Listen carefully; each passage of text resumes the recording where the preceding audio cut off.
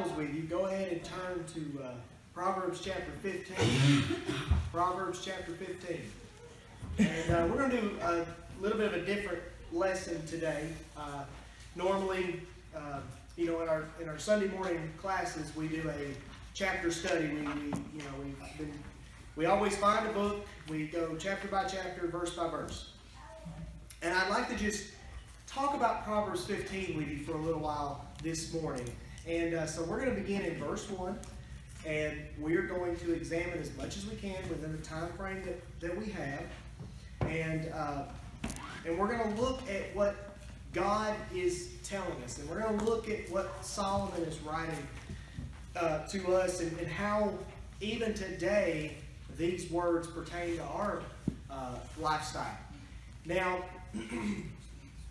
it's important to note that what is a proverb? Well, this is just, literally, somebody said a saying, Lovey said a saying, a wise saying.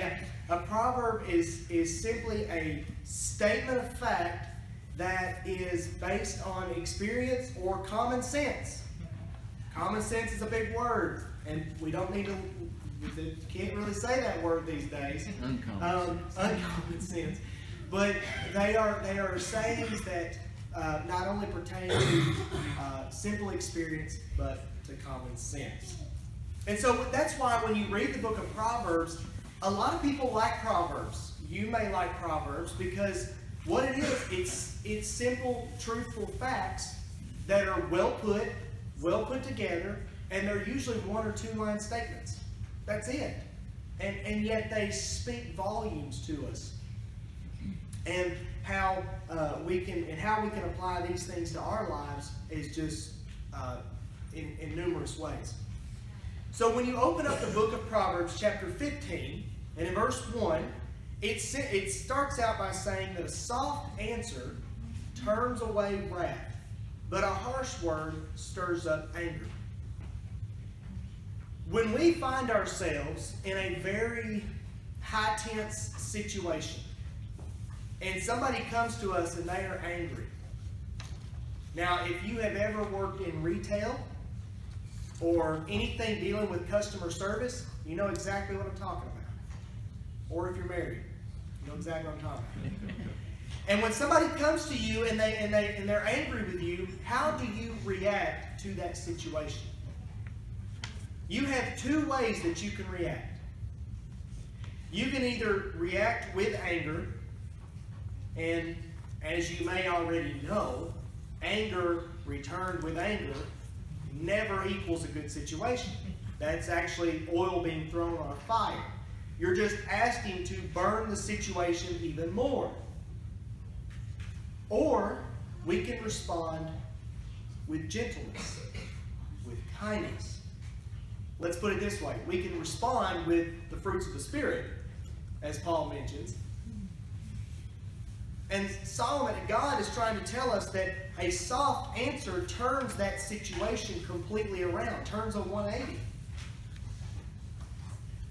And you see that in Scripture too. For example, with Gideon, when his men were angry with him in Gideon chapter 3.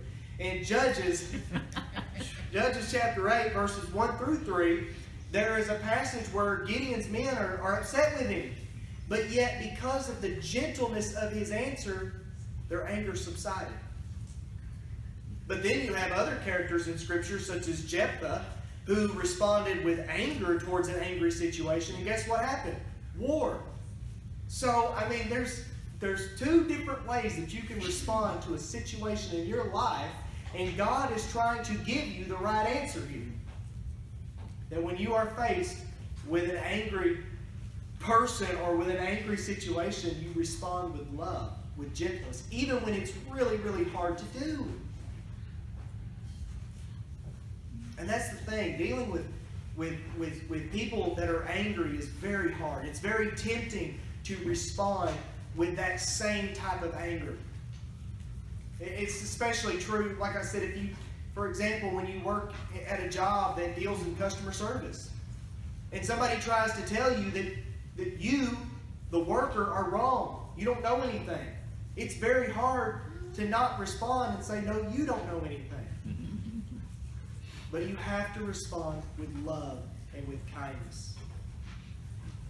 It's almost like, look at speech as like oil, right? You know, I said something about oil being thrown on fire. Look at it this way. You know, oil for years and years and years, even now, oil such as coconut oil and also olive oil and other oils are used for good things. They're used for adding nutrition to your food. They're good for healing wounds. They're good for any number of things.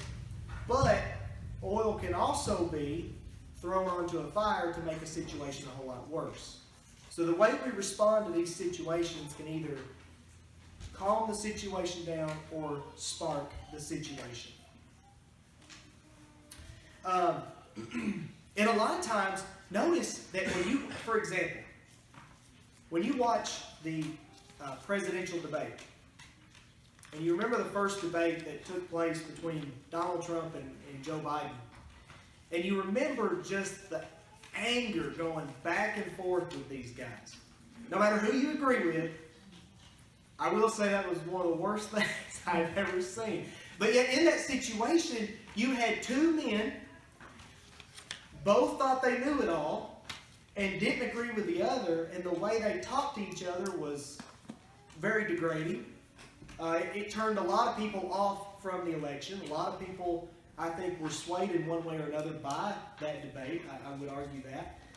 But at the same time, if the two men had come together with gentleness and kindness and love, it would have been a whole other situation. You can disagree with someone, but still have a decent conversation with that person as long as your emotion is in check. But oftentimes what we do is we let our difference of opinions act as sparks to a fire. It just ignites us and makes us angry. And then we become bent on proving someone else wrong instead of trying to find common ground on something.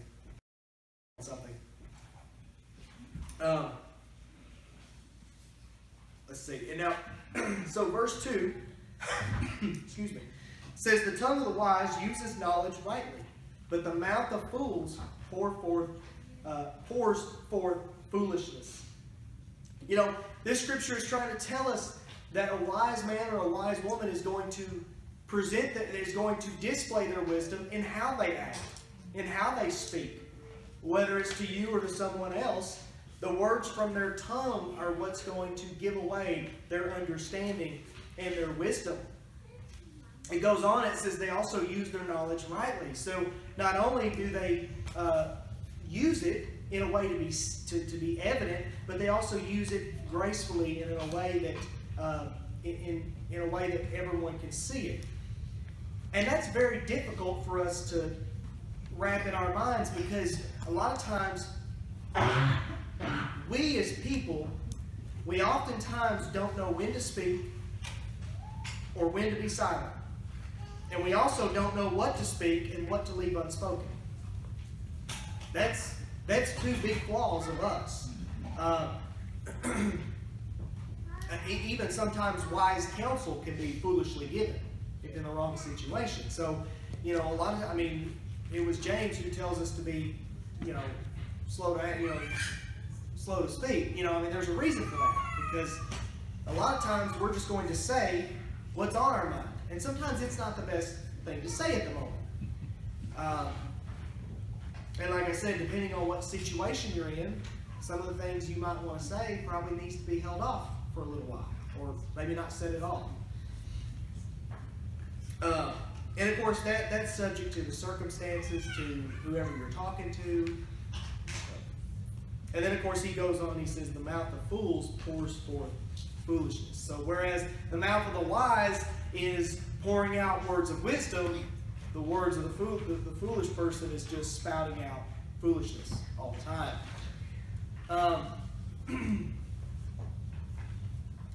That phrase there, pours out. You have to imagine the imagery. The imagery used here is more of like a fountain, but you can just picture a fountain or just a river. and how it flows, right? A river flows freely. A river flows without obstruction. If you block a river, that water is going to build and build and build and run over that unless you have some other way to control it. So is wisdom. And he says that's how we should be with our wisdom, is pouring it out for everyone to see, for everyone to experience. He says in verse 3, the eyes of the Lord are in every place, keeping watch on the evil and on the good. You know, wisdom understands that we are always under the eyes of God. We always are. God is everywhere, right? I mean, he's omnipresent, which means he can be everywhere at once. He can even be in the most private of places where we think that he would never be. He can be there.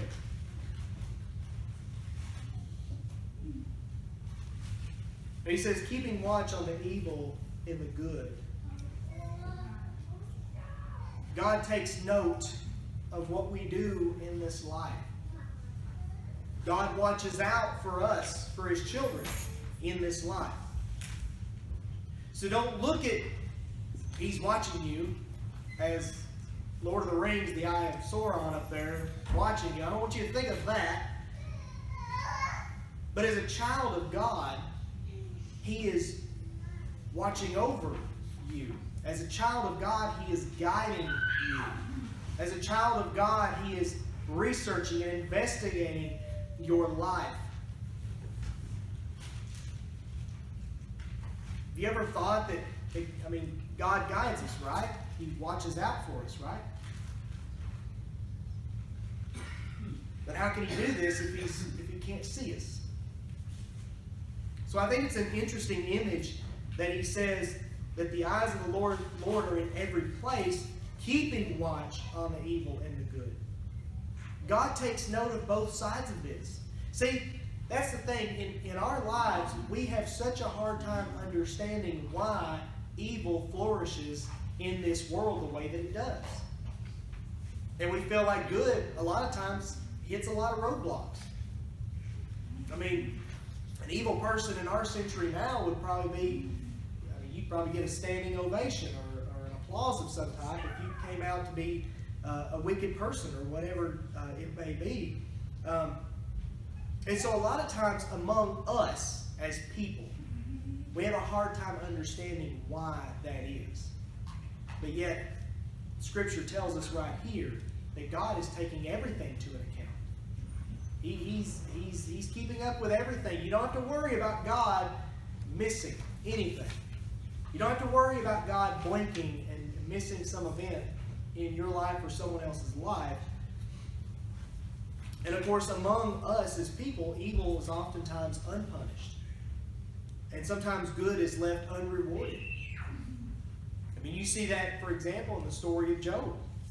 You know, we wonder why do all these horrible things happen to good people. Or it seems like no matter what they do or how they live their lives, they just keep hitting roadblock after roadblock. But yet you have somebody else out here living life freely with no thought about God in their minds whatsoever, but yet their life seems great on the outside. But it is very important that God sees and notes all. And that word there, keeping watch, that's not just simply looking. In the military, if you were, if your unit was to set up camp somewhere, or you were in a base somewhere, you always had someone or a certain number of people keeping watch. What for? To keep, not only, to keep your unit safe, to keep your area safe. From what? From intruders, from any type of suspicion or anything like that. That's what their job was. Their job is to keep watch. And it was more than just looking. It was about researching, about investigating, about observation. And that is what the writer is trying to tell us about God, is that he is keeping watch. that He is researching and observing you.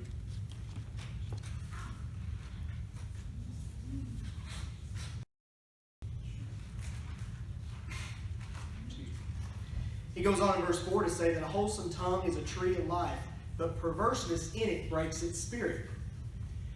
The tongue is a very powerful tool of the body.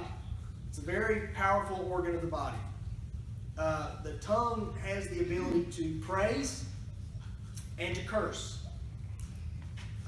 The tongue has the ability to say a lot of nice things to you or a lot of evil things to you. He says that a wholesome tongue, good tongue, is a tree of life. What does he mean by that? Well, a tree provides a lot of things. But two main things that a tree provides for you and I is food, if it's edible food. And number two is its shade. Those are two big things that a tree provides for us. And just like a tree that continually gives us these good things, so can a wholesome tongue give us good things. Our words have a lot of power to them. Our words can build somebody up or it can break somebody down. And that's where he says perverseness in the tongue breaks the spirit. If someone's tongue is perverse, corrupt, instead of wholesome, then our words are going to have the opposite effect on people. Our words are not going to be encouraging.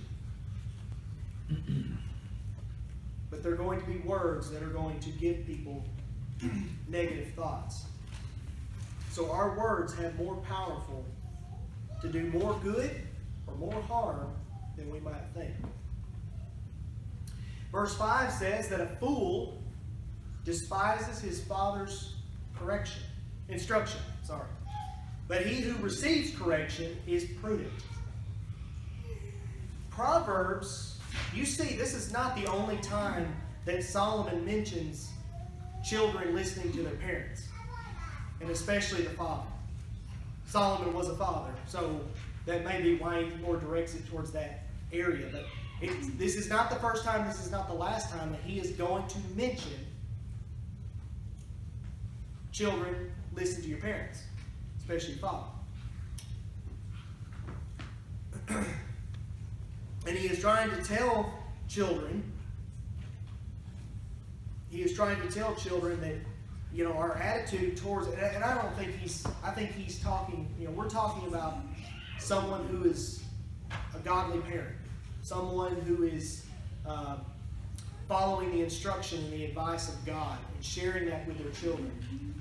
And he's saying you need to be wise to listen to your parent. And it just doesn't have to do with that. It doesn't have to do with just the spiritual things in life. But ethically and morally, our parents teach us so much. A lot of things we don't even realize they teach us until we grow older and we think, I learned that from them. I learned that from my dad or from my mom. We don't even realize that we're learning that. Children look up to us. If you have children or you want to have children someday, just know that can be an encouraging thing and that can be a warning too, that your children look up to you. And they will say and do things that you say and do. So be very careful sometimes on what you say and do. And they will learn the words, they will learn your actions, they will learn your emotions. And he says, but he who receives correction is prudent. Learning wisdom is more than just knowing things. Learning wisdom is not just about learning simple facts. But it's about growing in your maturity. It's about growing in your mindset. Because I hate to tell you this, but you and I, we don't know everything. Absolutely not. We may know some things, but we don't know everything. But you see, wisdom sometimes has a way of correcting us. We're not right on everything. But are you willing to receive correction? You know, in job interviews, you know what I ask people now? I say, can you take correction well? You know why I ask that? Because it seems like now nobody takes it well anymore. They get upset and they walk right out the door. All because you tried to explain to them that what they were doing was dangerous, it's wrong, could be corrected a little bit. How do you take correction? Do you take it well? Do you get sensitive when people try to correct you and get upset? And Solomon is trying to tell us that we need to receive correction well in order to learn. If we want to grow in wisdom, we have to be able to take it.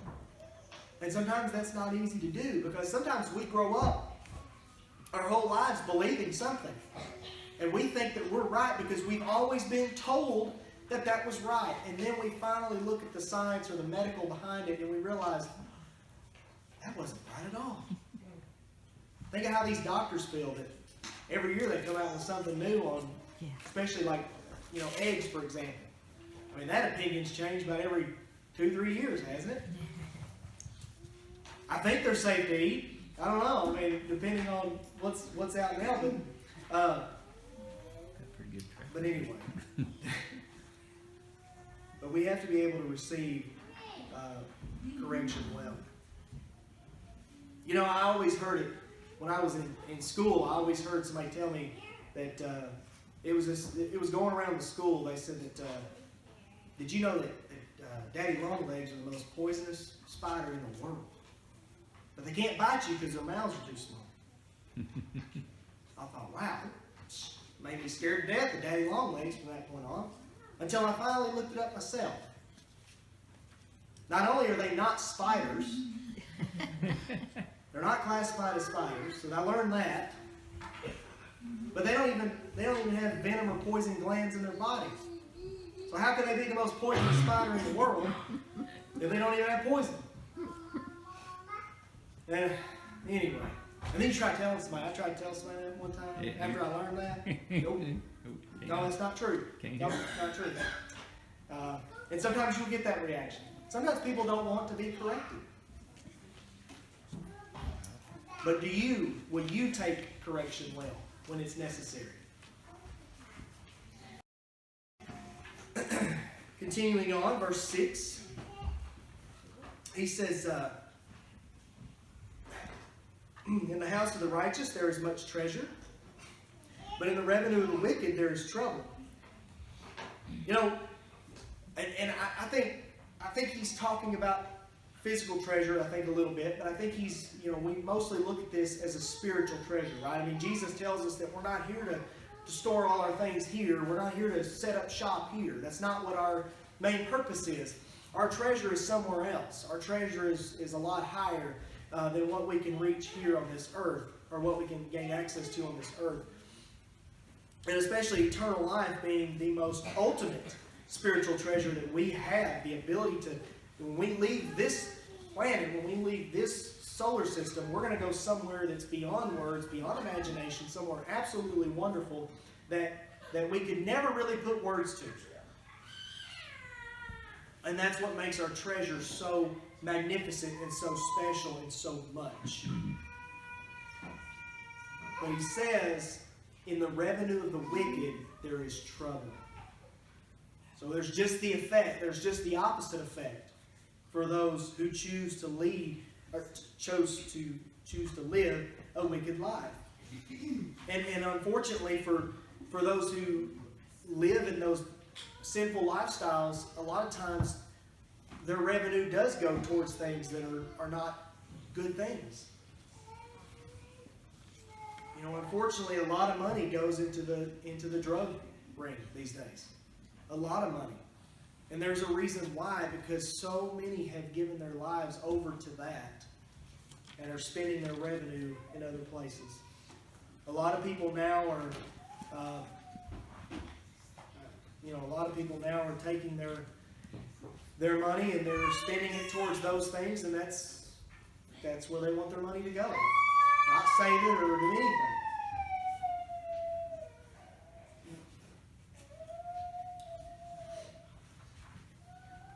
lips of the wise disperse knowledge.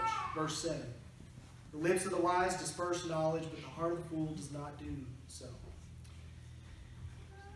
Just like I said before, the wise man or the wise woman is going to spew forth knowledge, their wisdom. They're going to spread that. They're going to disperse it.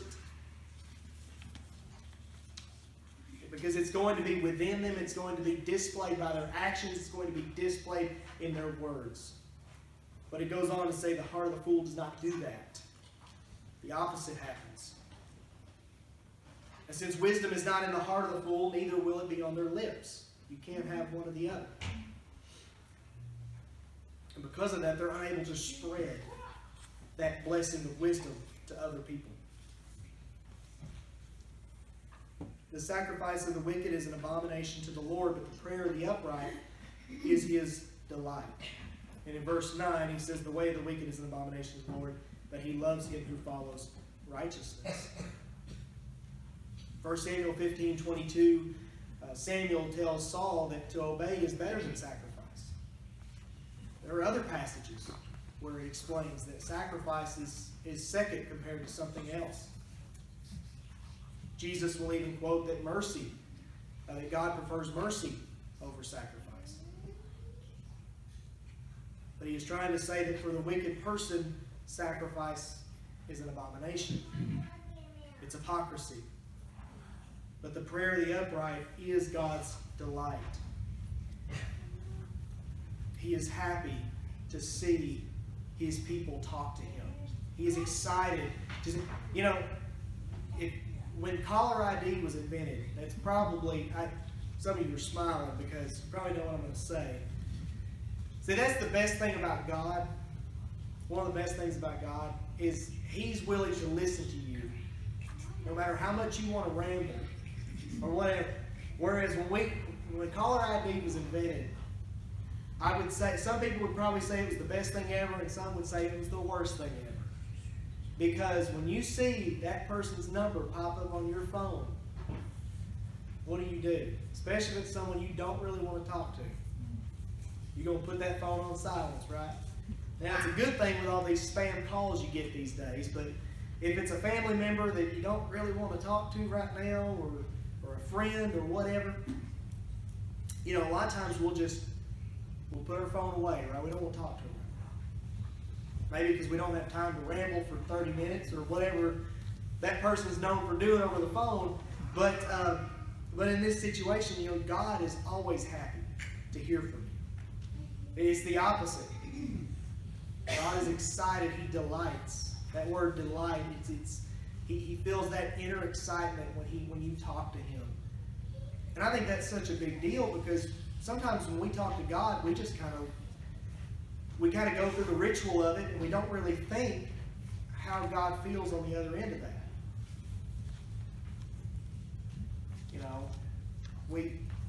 If we called someone and we shared with them some good news, sometimes you're going to hear their excitement on the other end of the line, right? Well, just imagine God is excited to hear from you. He's excited to hear from his people. We just have to be willing to speak to them. Pick up the phone, dial the number, right? He says, verse 10, he says that harsh discipline is for him who forsakes the way, and he who hates correction will die. A lot of times when we decide to leave God's way and we decide to live our own life, a lot of times discipline does come into our life as part of the consequences of living a life without God or versus God. And God is a father, and he will discipline. You discipline your children. And we do that for a reason. We don't do it because we don't love them or because we want to be mean to them. We do it because we love them and we want them to learn better ways. He says, he who hates correction will die. The one who rejects God's loving and merciful correction and discipline in his ways, we set our own course when we do that. And that's a course without him.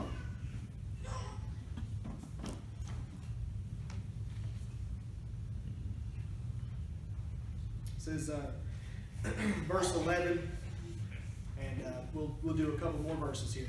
Hell and destruction are before the Lord, so how much more are the hearts of the sons of men? God sees a world beyond this one. He has created a world beyond this one that we've never seen before. Only those who have gone on have seen this other world. We have yet to see it.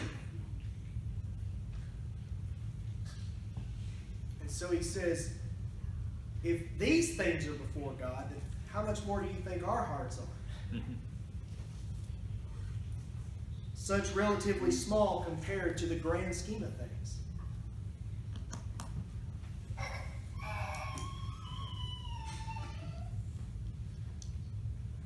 God's surveillance, his vision, his way of thinking goes so far beyond what we could even fathom, what we could even cram into our brains.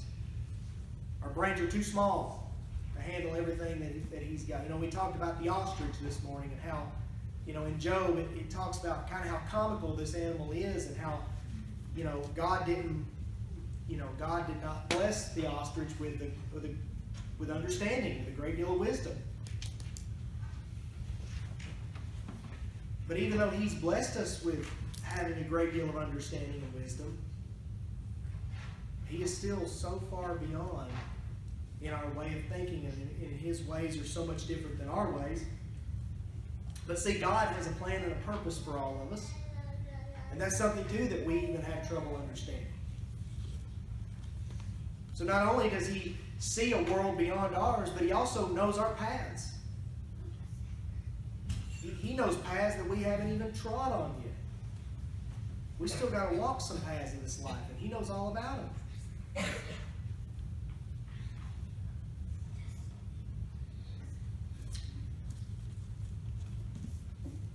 Verse 12, a scoffer does not love one who corrects him, nor will he go to the wise.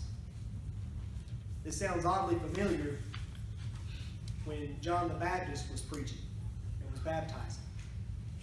You had certain individuals that refused to listen to him. Didn't want to have anything to do with it. And of course, eventually, John the Baptist was killed. Mainly for his beliefs, for his thoughts, for his mindset. What about Jesus? You had people that did not want him here. You had people that didn't want to understand what he was trying to teach. You know why? Because so much of it was correction towards them. And they hated correction. They were right in their minds. And there was no swaying them the other way.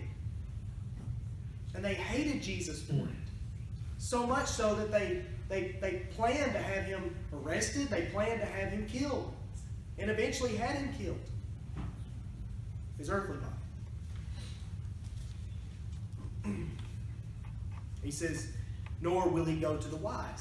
So not only is the scoffer going to hate the one that tries to correct him, but they're not going to go to the wise either. They're not going to go for a second opinion. They're not going to go to receive wisdom. And they remain trapped in that prison-like mindset all their lives. And as we finish up this morning, let's read one more verse. Verse 13. A merry heart makes a cheerful countenance, but by sorrow of the heart the spirit is broken. A lot of times when someone is happy, we see it. Now, I will say that there are those out there who can be very excited about something, but their face is very dry and showing it. But they're excited. I know somebody out there, I'm not going to say their name, but I know somebody out there that, if you told them that, if you told them you were giving them $1 million, they would be excited, but their face would be this right here. But they'd be excited. Inside, you knew they were excited. On the outside, you couldn't tell. So it's kind of hard to always say that someone who is cheerful is going to show it through their countenance, through their expression, because that's not always the fact. But a lot of times you do, though. A lot of times you have people that are so excited, they show it through their actions or through their words, or in their, you can hear it in their voice. But on the flip side, sorrow has the same effect. When people are upset or they're sad about something or about someone, you will be able to tell in their expressions and in their face and in their actions and in their emotion.